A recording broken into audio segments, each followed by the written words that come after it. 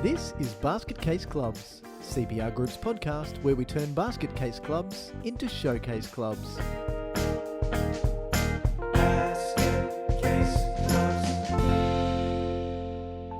G'day everyone and welcome back to Basket Case Clubs.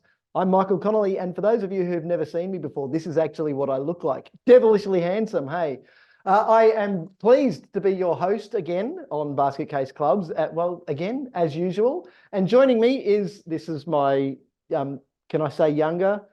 But I'm not going to say better looking because I'm definitely the better looking one. But now people can judge for themselves. I'm in real trouble now. Steve, welcome back to Basket Case Clubs.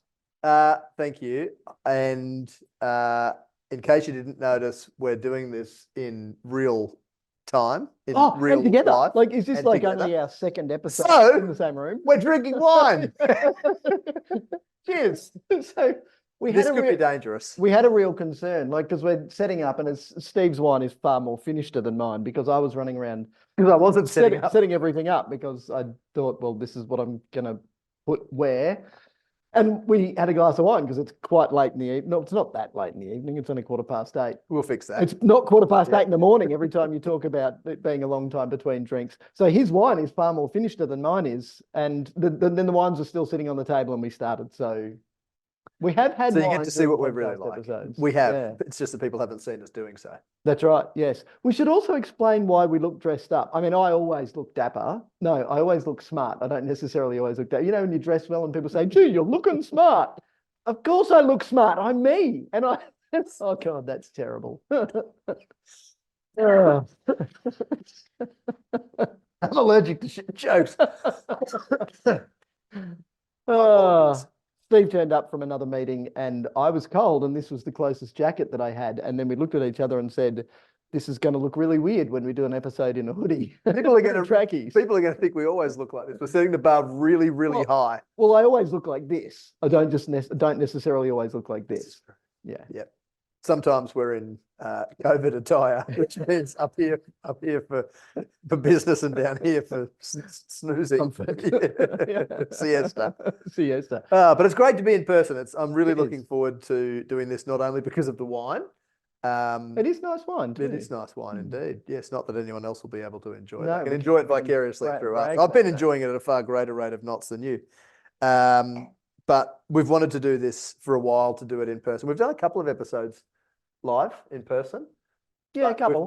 We've never filmed any, so we thought it'd be a good idea for people to be able to see what we actually look like. And for those who aren't actually looking and you're just listening, we're sorry. On Spotify. Well, there's that, but all of these jokes about what we're wearing are going to be going, why the hell are they talking about what they're wearing? This is really weird for the Basket Case Bros to be talking like that.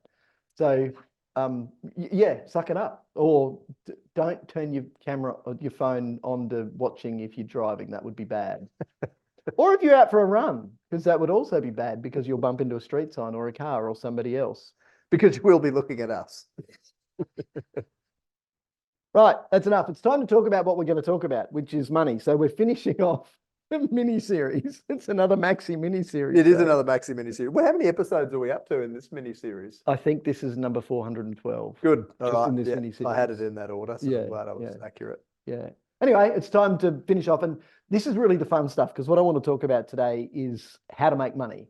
So one of the big things that it's a big blockage, mental switch that's switched the wrong way, that says in club volunteer minds, you can't make money. We're not for profit, so we're not allowed to make money. It's just not true. And what we want to focus on is that, yes, you can make money, and how can you make money? Steve, I'm wondering, my first question for you this evening is it okay if I introduce one of my dogs into the podcast? Yes. Literally just turned up Well, here. Whether my answer is yes or no, Lulu's coming into the podcast. She said, I want to say hello. It was funny, she jumped up onto my seat today because it was working from home. I was about to start a meeting and she didn't want to get put back into the laundry again in her little den. She didn't. You let her up onto your seat. I didn't let her. So she sat there and it really looked like she wanted to run the meeting. And the kids said, you know what, Dad, if you let her run the meeting, this was all over text when I sent a photo, they said, people will be far more entertained by her than they will by you. Oh, yeah. They'll definitely get you back. Yes. Anyway, for those just listening and not watching, she's a little poodle. I think. And she's very a cute. Toy. Yeah, she's very cute. Yes. But I think you call her a toy poodle. So if you hear the bell jingling in the background, it's not that I've got a collar on Steve. Although that might be a good idea. I think we used to put a leash on you when you were little. That was at least 3 weeks ago. So the mindset point that you were making about not-for-profits, and this is something that we've definitely discussed probably at length in the past, fascinates me, because even when we have a discussion with a committee and they give us the correct answer when we ask what not-for-profit means, and they say they've been there before. Because they've been there before. Or we've had a lengthy discussion that very day, and they've got it. They've got their heads around it, and they tell us that not-for-profit only means you can't distribute any profit that you make amongst your members, but you should, and in our opinion, must strive to make profit. And I'm sure that I've gotten on my soapbox and had this rant in the past. Maybe even in the same meeting, 10 minutes later, there'll be discussions during which people who have just given us the correct answer will say things like, "Oh yeah, but we're not for profit, so we want to keep our prices affordable. We want to keep downward pressure on fees. We want to keep our canteen and bar prices reasonable." Genuine 1974 prices. Yep. Oh, you might not know this. Our sister is on the committee of her local theatre group. Do you know that much? No, didn't know that. Doesn't surprise me. Doesn't surprise you. So she called me a couple of weeks ago. We like getting on our soapbox. Yeah. Oh yeah. Hey, there we go. We could do a guest stage interview. is just a giant soapbox. She would hate that. Yeah, she would hate to be involved and get on a soapbox. But she called me a few weeks ago. I'm at the airport, just about to fly out somewhere. Of course, I'll take her call. And she said, "Oh, I've got to tell you about this committee meeting that we had last night." And the context of the discussion was asking about the process for admitting membership applicants, new members. And she said the committee were almost bragging to me that the membership has, been stagnated at 180 members for the last 20 years. And I said, that seems really illogical. Why wouldn't you want to grow your membership base? For a range of reasons. And she said, yes, I agree. But what's even more scary is that they then proceeded to brag that the membership fee hasn't increased from $5 for the last 20 years. And she's banging her head against a brick wall. And she's saying, this is, I can't understand how they think that this is good business. Yep. And I'm just laughing inside and out. And I'm saying, this is exactly what we discuss with clubs. Probably not to that level of extremity, but day in, day out. So it is to that level of extremity. Well, sometimes it is. Yeah. Well, and I've told the story about the rugby league club that was proud to tell me that they charged their senior players $0 a year membership because the local pub covered their fees. And I said, that's a flawed business model. What if you lose the sponsorship? They said, we'll never lose the sponsorship. And the next year, they lost the sponsorship. So I'm wondering whether Michelle's going to crack the shits and leave, or the rest of the committee is going to stage a coup or a mutiny and get her off the committee because she's just far too progressive for this little committee. And if it's the latter, it won't be the first youngster that they've chased away. Now, I'm sure nobody listening to this, Steve, will be surprised by what we're talking about. They're saying, they've been to our meetings. And especially the discussion about money. Like, I was at a meeting last night with another club that has a club from a sport that has some older people. And it's funny how the older people seem to always be there. And what I'm thinking is that the older people who I had this discussion with someone today, the older people who used to be there, who were obstructionist and resistant to change 20 years ago, they're all dead, yeah. But the next people look exactly like them and sound exactly like them and speak exactly like them. Do you know why? Because that's their kids? Yes, it's the next generation. It is the next generation. And I know the theatre. Yeah. I used to be on stage there. Well, in the old theatre, but the same theatre company. And some of the same people are probably on the committee or their children now.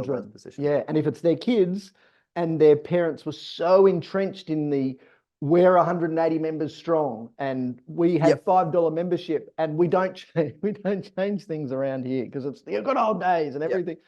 So it's so deeply rooted. Yeah. I think the point that we're making is that pervasive mindset that not-for-profit means something other than what it really means. Yeah, can't distribute your profits to your members. When you do spend your money, you must spend it on your objects, doing our purpose. Simple. You can make as much of it as you want. You can keep as much of it as you want. You can keep it for as long as you want, so long as when you spend it, it's spent on the right thing. So the other thing that I was thinking about, and eventually I'll restart my iPad so I can look at my notes for about what we're going to talk about tonight. Money. We're talking about money. It's a money maxi series. Money maxi series. There you go, Chess. That's what you can call it. The money maxi series. We'll see if that actually make more money in the maxi series. The maxi making more money mini series with Mick. Hey, so it's on this mindset thing. Have you noticed that people start making excuses? And it's like they say, we're not doing particularly well, but gee, we're doing better than we used to, and we've come a long way. But then I always feel like I'm the outsider challenging people, and I'm saying this because of the club that I was at last night, obviously. But I always feel like and I don't feel like it. I know that that's what I am, and I'm that person deliberately. I'm not here just to say, oh yeah, well, okay, no. You're actually doing really well, and you're in difficult circumstances, and cost of living pressures are going up, so it's okay to help all of your members out. But they'll make excuses. Well, we're doing, and then you see them thinking, they say, no, we are doing that. No, you're not. So what am I thinking about there? Have you got? And we'll talk about this, we've talked about it before. Have you got a pricing strategy? Which comes back to the question, what sort of club are we? Are we an all-inclusive club that is trying to be everything to everyone? By the way, good luck with that. Are we a club that seeks to have really, really strong on-field performance, and that's what we're going for? Or are we a club that wants to bring in the grassroots? So are we an entry-level club that's trying to bring in the beginners, and that's what we're focusing on? And if so, fantastic, that's good. But you've got to be clear on that, because at each end of the prongs of the spectrum, can a spectrum have prongs? I wasn't going to call you on it. I'm going to get somebody writing in saying, well, I'm a scientist and a spectrum doesn't have prongs. On the three prongs of the trident. Let's continue. You might have different pricing strategy around that. And it should be deliberate. Like, it shouldn't be, oh, well, our fees are $5 because they've always been $5. Like, WTF, man. What are you thinking, and what are you doing with that money? Like, what's your strategy with money? So okay, so to go the other way, and sometimes organizations might have a sound strategy to keep pricing competitive or low, and I'm confident that there are examples where that's okay. But just because it's always been $5 is the opposite of okay, in my strong opinion. Yeah, definitely. A Parents and Friends Association where membership is free.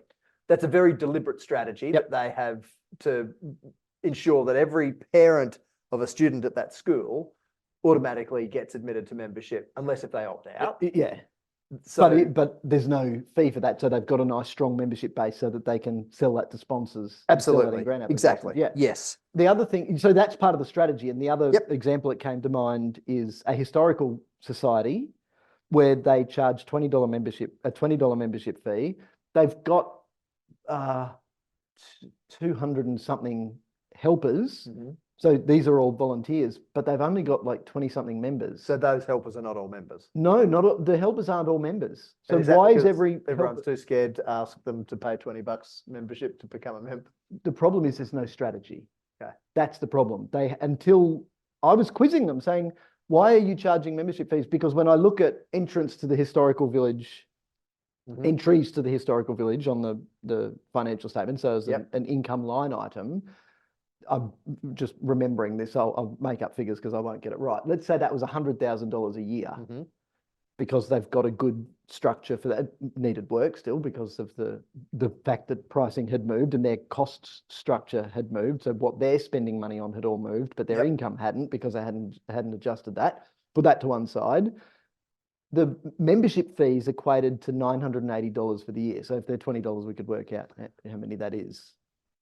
Wow. I hope you're not looking at me because you're expecting me to work it out, because my calculator's over there. Well, hang on, if it was $20 and it was $1,000, it'd be 50 members. There we go. Good. That was And a what good did I say? guess. 920. So it's 4 less than that. So it's 46. All right. Yeah, 46. And if somebody out there is a mathematician going, gee, that took them a long time, it's because We're not mathematicians. I'm a muso. If you look over here, I've got. Hey, wait, doesn't that have something to do with guitars. numbers? Yeah, but and the piano's sitting here. Count to but 4. I only need to be able to count to 4. I don't need to be able to count anywhere beyond 4. So I'm good there, but 920. but what's the strategy behind that? So if they wanted more members, they've got an instant membership base just by saying, well, $920, whatever I said. Yep. It's all immaterial. Yep. If it's $1,000, it's 1% of what they make just from one other business unit. Yep. So it's immaterial. So why are you charging it? Now, this is probably well, it's 180 degrees opposite from where I thought this conversation needed to go, where the conversation will eventually get, which is about pricing and how much price is about you, and to be very deliberate about pricing.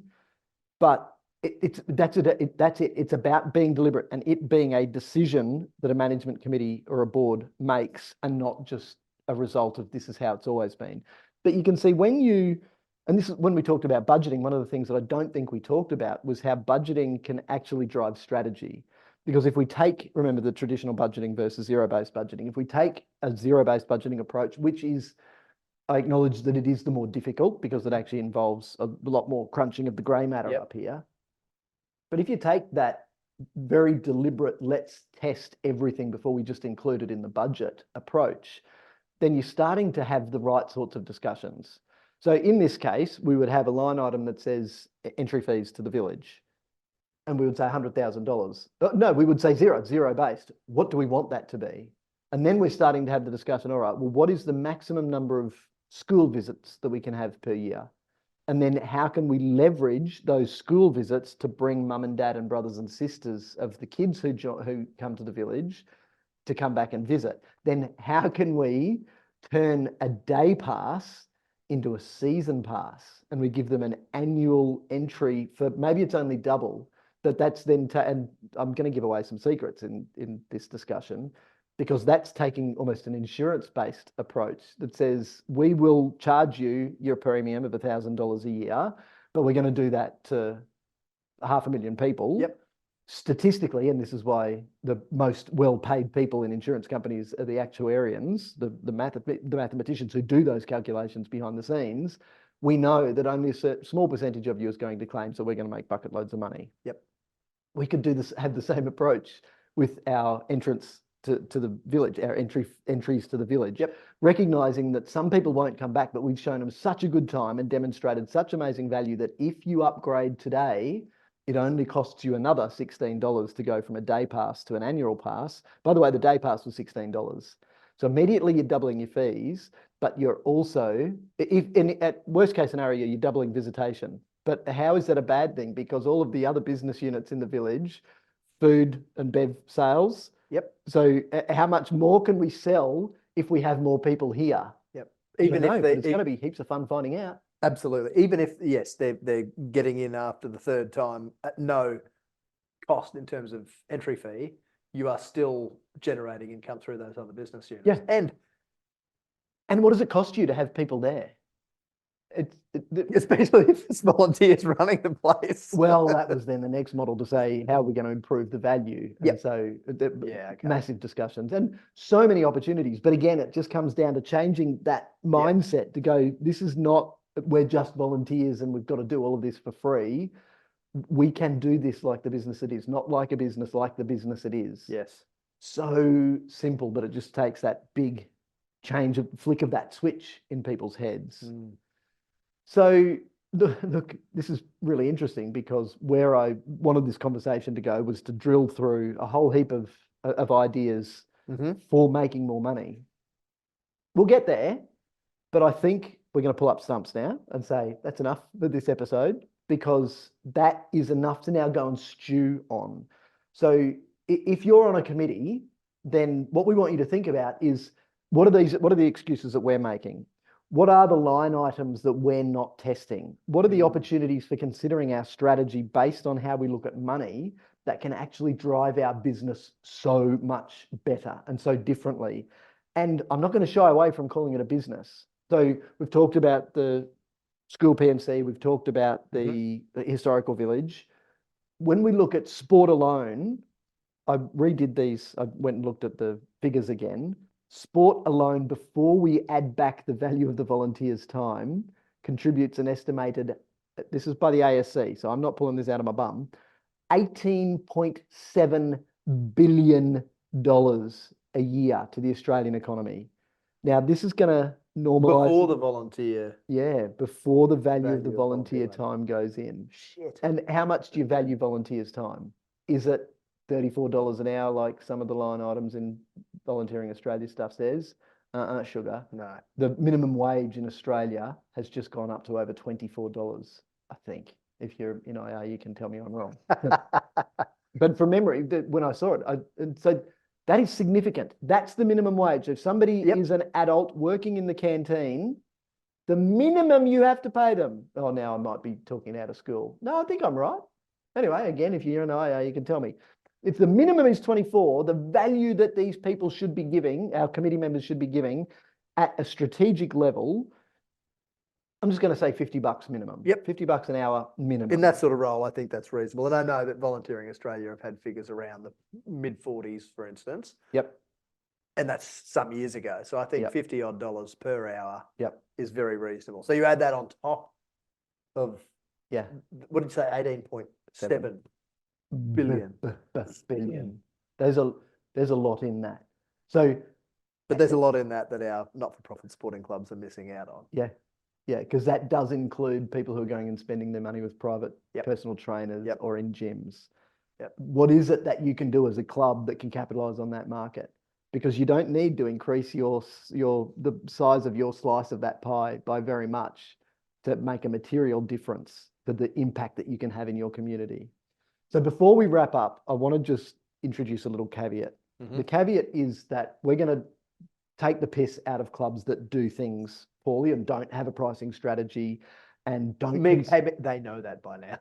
They know that we're going to take the piss out of the clubs. You're going to do it some more? Yes. Okay. Sorry, I cut you So that's going to happen. Don't have pricing strategy. So that's going to happen. What we're trying to do in speaking like this is the big whack in the face. It's exactly what I did to the group last night, and I did it again today. Somebody's got to give them a whack in the face to go, oh, there is another way that I can think about this. So that's what we're trying to do.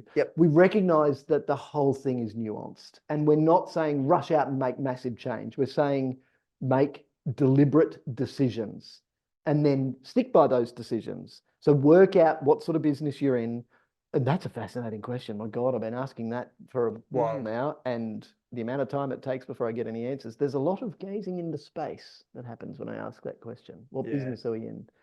And that if we're in the business of sport as a starting point, as the catch-all, well, that's our market. That's a big market. It is a huge market. So take what we say with the grain of salt that is required in your situation, obviously. Maybe this feels like a bit of a disclaimer, Steve. Like, please understand. Very unbasket casey, clumsy. This is not advice. It's information is general in nature. I think Jess put something like that in. This is our musings. Yes. Yes. This is our musings. Yes, that's exactly what it is. Anyway, we shall continue this. I'm going to call it a rant next time. Thank you for joining us. It's a coordinated rant. A coordinated rant. And you're welcome. I would like to thank Jess for making us sound good, but she's also now got to make us look good. And that's going tough. to be a big ask. So if you're not already connected with us on all of our social channels, you can get there. We'll put the links to all of our social channels in the description to the episode. Of course, one of the really important things, though, before you skip next to the next one, is we've got a webinar coming up on this on the 3rd of July. So what's today? The 18th of June. So a couple of weeks. We've got a webinar on this topic. Now, for all of you Basket Case Clubs listeners and now viewers, you're going to go, oh, well, I don't need to go to the webinar because I've heard it all before. But the webinar will be a nice, succinct chunk that you can share with the other people on your committee who maybe need that bit of a swift kick in the bum to say it's time to make some change and this is a way to think about it. So we'll be presenting what are the great opportunities that are available. So that's coming up. So I definitely encourage you to register for that one. cprgroup.com.au/webinars will take you straight there where you can register for that one. And of course, sign up to our newsletter where you'll get lots of little tidbits of information and helpful tips and stuff that we talk about, which is really cool. Steve, thank you for, and I haven't said it yet, joining me for this little journey of Basket Casey goodness. It has been my pleasure as always, and I shall look forward in every way possible to next time. Thank you. Thanks. See ya. Adios. Basket Case Clubs acknowledges the traditional custodians of the country on which we record, being Yugambeh, Turrbal, Jagera and Kabi Kabi land. We recognise their enduring connection to land, waters and culture, and pay our respects to elders past, present and emerging, and extend that respect to First Nations listeners.